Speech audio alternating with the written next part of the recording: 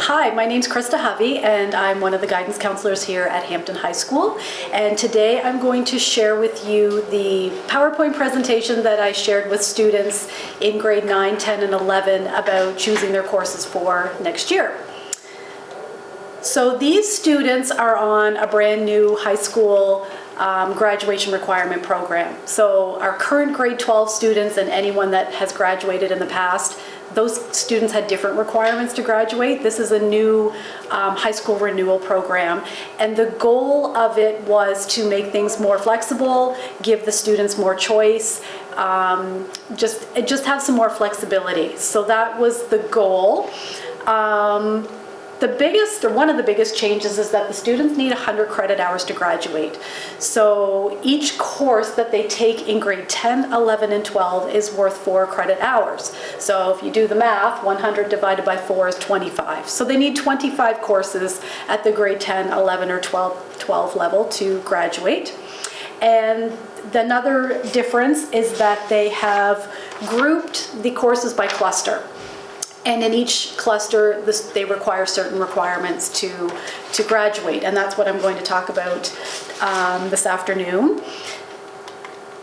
So if we do the math, if a student in grade 10 had all courses at the grade 10 or 11 level, 10 courses at 4 credit hours each is a possible 40 credit hours. Same in grade 11, possible 40 credit hours, and another possible 40 credit hours in grade 12. So that is a possible 120 credit hours.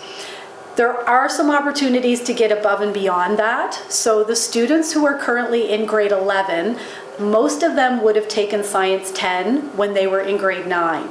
So because it was a grade 10 course, they got credits for that. So those students could have a possible 124 credits.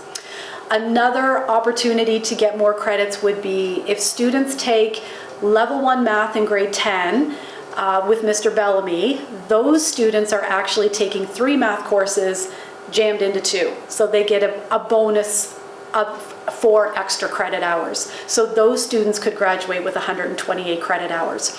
So you can see that the opportunity is to be well above and beyond the 100 credit hours. And the benefit to that is that when the students get into grade 12, if at the end of semester 1 they have their 100 credit hours and they have the required courses, they could possibly finish early. They could finish at the end of semester 1 and choose to not take courses in semester 2, or perhaps they just come for 1 or 2 or 3 courses in the morning of semester 2 and don't come for the afternoon. Now the students would have to have a plan. Mostly they would be working and saving money for college and university, and certainly the parents would have to agree to it, and there would be a contract to be signed. But that is an opportunity that's on the table for them if they get all of their credit hours. There are certain courses that they do need to graduate, and these are the required ones. English 10 Foundation, English 11 Foundation, English 12 Foundation, grade 10 French, either post-intensive French or FILA 10, civics, and for those in the French immersion program, civics would be in French, and also geometry, measurement, and finance, which is a math course in grade 10. And if they are in the French immersion program, they would take it in French. However, if they take the level 1 version of the geometry, measurement, and finance, it would be in English, regardless of whether they are a French immersion student or not. And you can see at the bottom, so students in the French immersion program require 40 credit hours for the French immersion certificate. So when students are in the French immersion program in high school, they have two things happen in grade 12 if they stay in the program.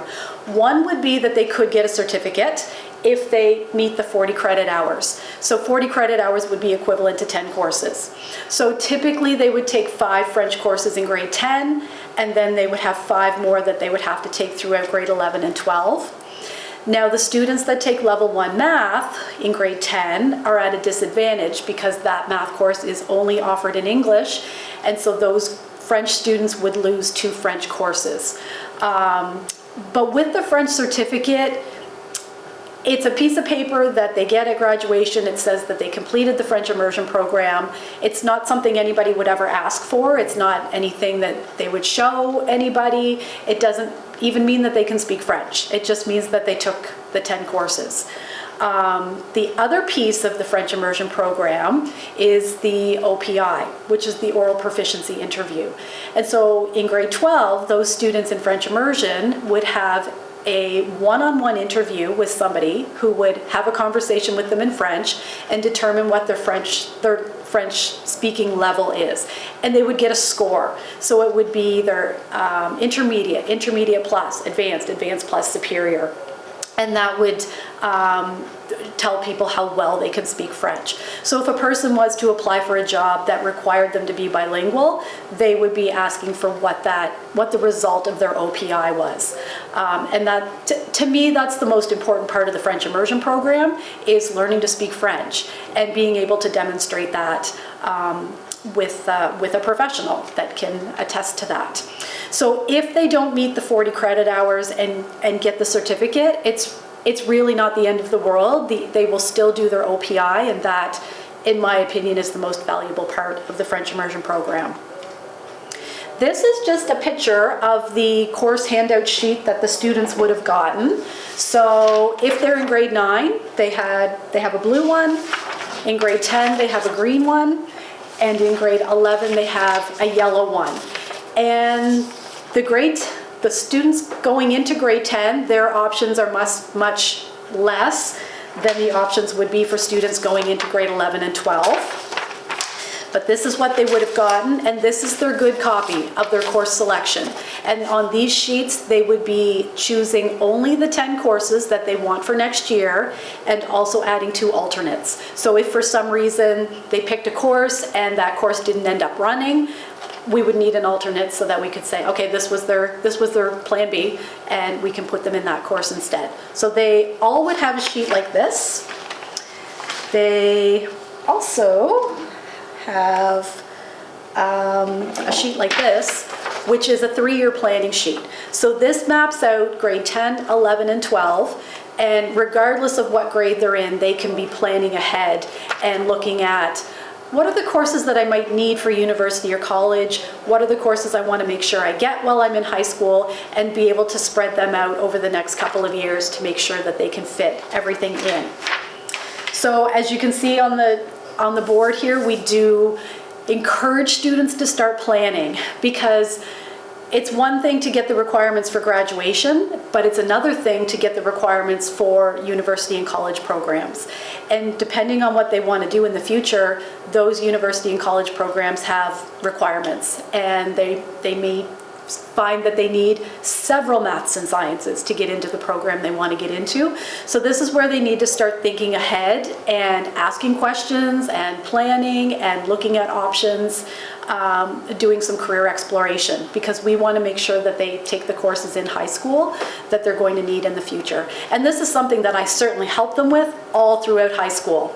There's lots of opportunities to ask questions and sit with me and plan and look ahead and ask what requirements are for various programs. We bring recruiters in from different universities. We bring folks in from different programs that talk about different programs offered in college and university. So they do have some opportunities to explore that, but they should also be doing that on their own as well. So this is the 3-year planning sheet. So in the classes, when I was doing presentations, I did have them use this as this would be their rough copy, their draft copy of what their course selections are for next year. And they can total up their credit hours also at the bottom, so they have an idea of already how many credit hours they have and how many more they need to graduate. The courses in grade 11 and 12 all have 3 numbers at the end of them. So this would be called Biology 12-2. The first 2 numbers indicate the grade level, and the 3rd number indicates the level of difficulty. So Biology 12-2 is grade 12 biology, level 2. Now, it does not mean that only grade 12 students can take this course. We would certainly have grade 11 students taking Biology 12. It's just the way that the province coded the courses. Here's another example, Yoga 11-0, grade 11, level 0, and certainly we would have grade 12 students in that course. We have 4 levels. The first is So level 1 would be the highest level. This would be enriched. So these are courses that go at a faster pace, cover more material, and we would be for students that really excel in a subject and want to challenge themselves more. Level 2, the majority of courses taught in high school are level 2. It will certainly prepare students for university, college, whatever it is that they plan to do. Level 3 would be the easier level. So this would be for students that struggle in a course. And a good example would be math, because we do have a lot of students that struggle in math and they really just need to get the easiest math courses they can take so that they can graduate, get the requirements, and get out the door and move on with whatever it is they're going to study. And then we have level 0, and level 0 simply means that there's only one level of this course. It does not tell you how easy or how hard it is. So here are 3 very different examples. Yoga is a 0, but certainly anybody could take yoga and do well in it. World Issues is a 0, but this is definitely an academic course. It would be a course that universities would see on a transcript and would recognize as preparing students for university. AP Calculus is also a 0, but the AP stands for Advanced Placement, and that means that it is taught at a first-year university level. So the 0 can be confusing to students. There's no indication of how easy or how hard that course is.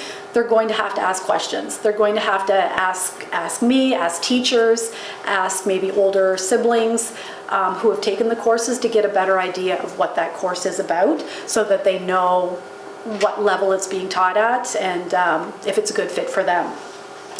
So if students are wondering about levels, whether they should take a level 1 course or whether they should take a level 3 course, their teachers are the best people to give them that feedback, especially with math and English.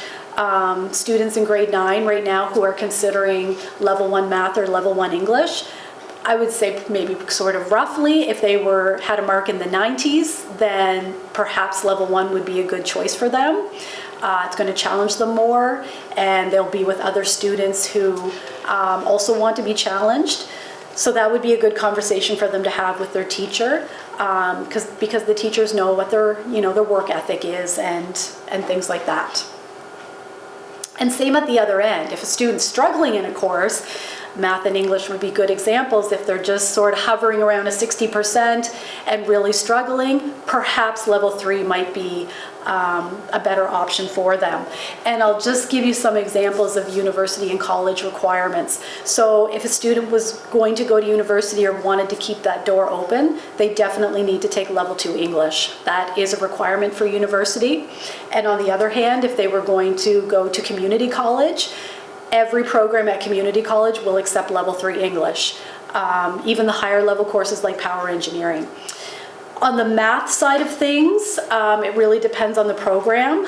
All of the pure trades like electrical, plumbing, welding, carpentry, automotive service technician, those will accept level 3 math, but community college, and there's the booklet, that's what it looks like, they have higher level programs like power engineering, process control technician, industrial control technology. Those programs would require level 2 math and also some sciences. So it really depends on the program. As far as university, a student could certainly do a Bachelor of Arts degree with a level 3 math. Bachelor of Arts would be courses like Englishes, histories, languages, psychology, sociology, and they could do that with a level 3 math. That's just a few examples of what those requirements might be, but certainly students can come and ask me if they have a question about a particular program and wonder what the requirements are. I can answer those questions very quickly. Some courses have prerequisites, and that means that they have to take one course first before they can take the next. So one example, Science 10. So Science 10 would be the prerequisite for biology, chemistry, and physics. Biology 11 would have to be taken before Biology 12. Chemistry 11 would have to be taken before Chemistry 12, and Chemistry 12 comes before Chemistry Extensions. Typically, it would be in the math and science area that would have prerequisites.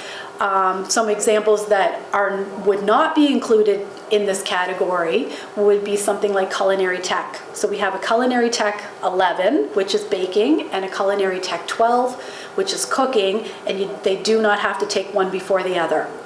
Another example, I've had students ask, well, I didn't take art in grade 10, but I'm going into grade 11 and I need something in the creative arts cluster. Can I take grade 11 art? Absolutely, yes, they certainly can. They do not have to have taken grade 10 art prior to that. So now we're going to look at the clusters. So I'll just hold up the green sheet as an example. The grade 11 and 12 sheets are the same. They're just a different color, but they are exactly the same. It's only the students going into grade 10 that have less electives to choose from. So the first cluster is called languages and literacies, and the students need 24 credit hours in this cluster. So that would be equivalent to 6 courses. So 6 courses over the time of grade 10, 11, and 12. Now, 4 of those courses, 4 out of the 6, have to be the ones listed here. So English 10 foundations, English 11 foundations, English 12 foundations, and grade 10 French, either post-intensive French or Feel 10. So those are required non-negotiable courses. And then we have English 10, 11, and 12 extended. So this course, up until this point in time, these were required courses for graduation, and that has changed. They are now not required. However, I am strongly encouraging students I'm strongly encouraging all students to take English extended, but absolutely if they're planning to go to university, because this is going to help build their reading skills, their comprehension skills, their writing skills, and help prepare them for university. So this would be highly recommended in grade 10 and 11 for university, but really beneficial to all students, and it is probably the easiest way for them to get the requirements within this cluster if they do take the extended. And it would be easier for them to choose it, so choose the extended, and then let's say at the end of semester 1, if they really struggled in the foundation and English was just something that was not their thing, and they were finding it very, very difficult, at that point then maybe we say, okay, maybe the extended is not the best choice for semester 2, let's look at some other options. So I think it's better to have it in there and then change our mind and take it out later if we need to. Humanities is the next cluster, and the humanities, they require 8 credit hours over the course of high school, and one of those has to be civics. So 4 of the credit hours would come from civics 10, so that's a required course, and then 1 other from the category.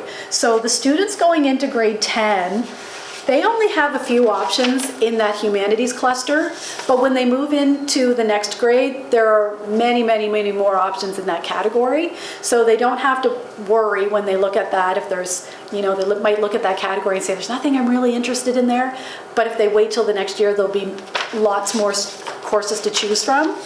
Now, it also doesn't mean that they can only pick 2 out of the category. Some students might have several courses in this category over high school. It's a category that many students actually really enjoy, so they could have as many as they want, just as long as they meet the minimum of the 8 credit hours. And then we have math, and math is always the most complicated thing to talk about because there are so many pathways.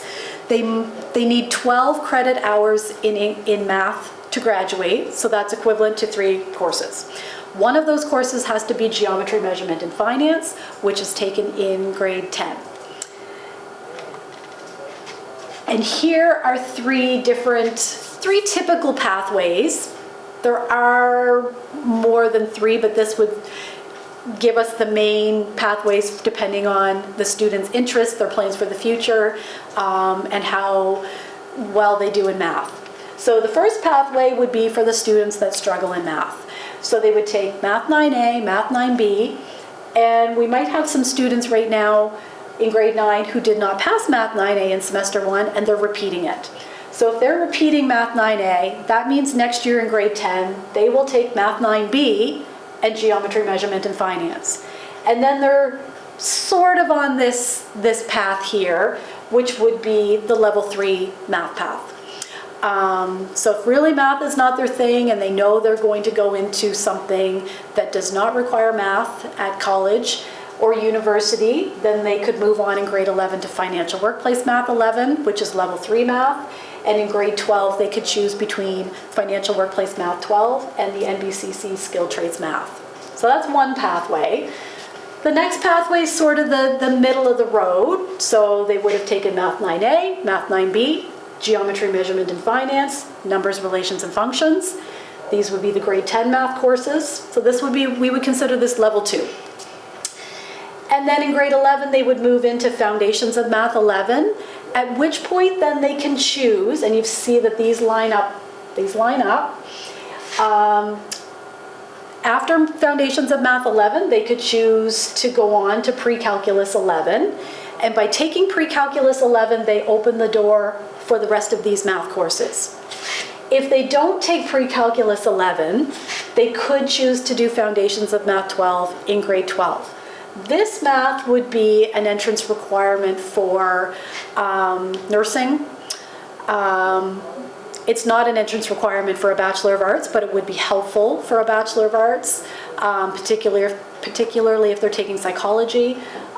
It is accepted by UNBSJ for a business degree. However, I would recommend with a business degree that they actually do the Pre-Calculus 12A and 12B to prepare them better. So let's look at the third option. So if they've done the Geometry, Measurement, and Finance, and we shorten these to GMF and NRF, they go on in grade 11 to do Foundations of Math 11 and Pre-Calculus 11. In grade 12, they move on to Pre-Calculus 12A, Pre-Calculus 12B, and they might even choose, even as a level 2 student, to take Calculus 12, which is not required for any programs in university. However, it would be useful for someone going into a Bachelor of Science or a Bachelor of Engineering. It would be very useful to have Calculus 12 because it is similar to the course that they would take in university.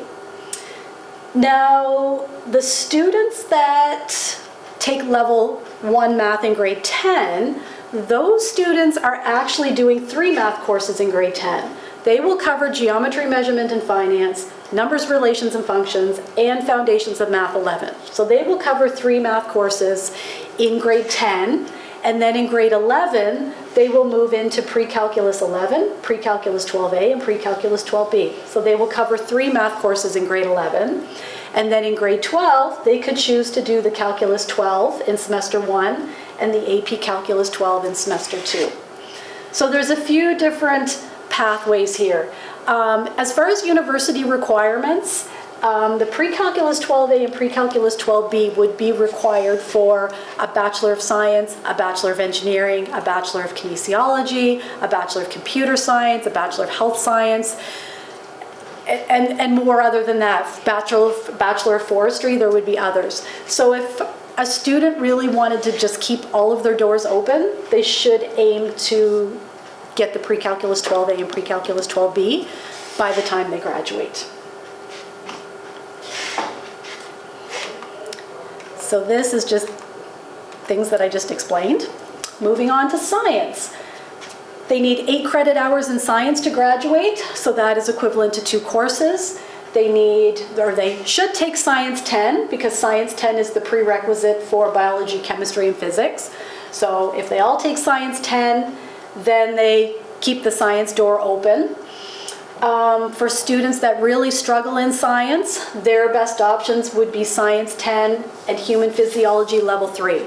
So the Level 3 was put into place for students that really struggle in science, and it's designed to make sure that those students get their science credits so they can graduate with their 8 credit hours. Now, depending on what they want to do in university, those programs might require several sciences. For example, a Bachelor of Engineering requires Chemistry 12 and Physics 12. A Bachelor of Nursing requires Chemistry 12 and Biology 12. A Bachelor of Science requires Chemistry 12 and either Biology 12 or Physics 12. But my advice to those students that are going to take a science degree, they should take all of their sciences in high school. They should have biology 12, chemistry 12, and physics 12, because when they go to university in their first year, they will very likely have to take first year biology, first year chemistry, first year physics. And high school science is here and university science is here. So if they've gone into a science degree without having high school physics and they try to do university physics, they are going to struggle a lot. So if they can squeeze in all 6 of those sciences, that would definitely be to their benefit.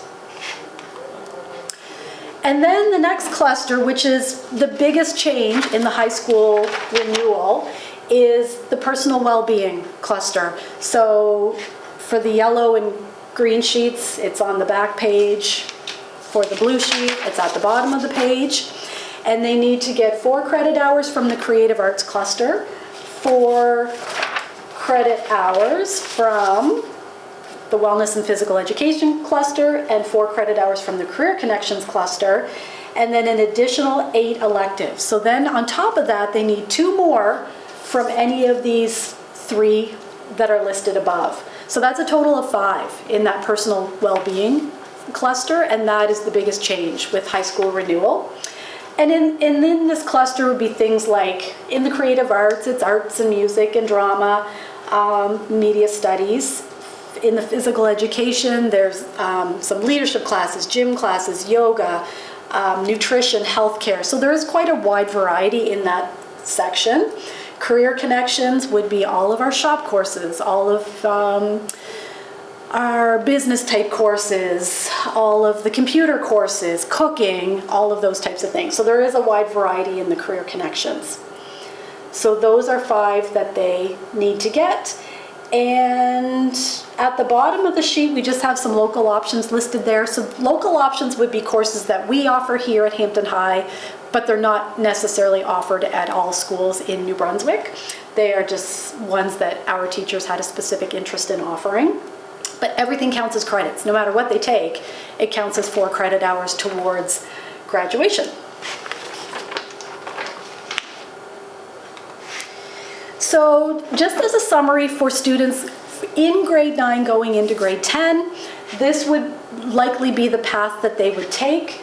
So an English 10 foundation, an English 10 extended, a geometry, measurement, and finance, and a numbers, relations, and functions, civics, science, French, and then they would have space for 3 electives.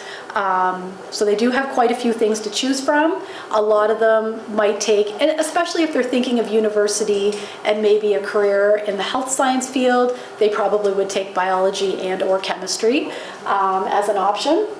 But they also have the option of some more hands-on things like shop classes, art, music, gym. They have a wide variety of things to pick from in grade 10. I did have some students ask me today, well, if I take a course that has a 12 at the end of it, for example, individual and family dynamics, it's a 12-0 course. They said, will there be grade 12 students in that room? And I said, yes, there will. So those courses would be a mix of grade 10, 11, and 12 students. It always works out, tends to be fine, but that could make some of them nervous if they knew they were going to be in a class with students a couple of years older than them, but it's really never been a problem. So I hope it's not something that will scare them off from taking those classes. Typically, biology 11 and chemistry 11, typically those classes are mostly grade 10s. So that would not be the case in there. It would just be more with something like, a human services, a nutrition, digital production, environmental science maybe, like hospitality and tourism. Though it would be a mix. There would definitely be a mix of grade 10s, 11s, and 12s in there. There are some courses that require applications, meaning they have to apply to get in because it is a limited number of students that we can take. So the first 4 courses on here are shop classes that Mr. Cameron teaches: Intro to Skilled Trades, Mill and Cabinet, Framing and Sheathing, Residential Finish. These are on one application and they need to apply. Metals Processing is our welding course, and it's a 2-hour block of welding with Mr. Kellerman. They have to apply for that. Sports and recreation leadership, this is a course that Mrs. Richard teaches, and they do a lot of things out in the community. So for example, at Christmas time, they went over to Leatherborough School and they cooked a turkey dinner and shared that with all of the students at Leatherborough. They went to the elementary school and did a Grinch Day and did Christmas activities with the kids. They go to the middle school in the fall and do a bond activity with the grade 6s and 8s. They might be out on the football field on a Friday afternoon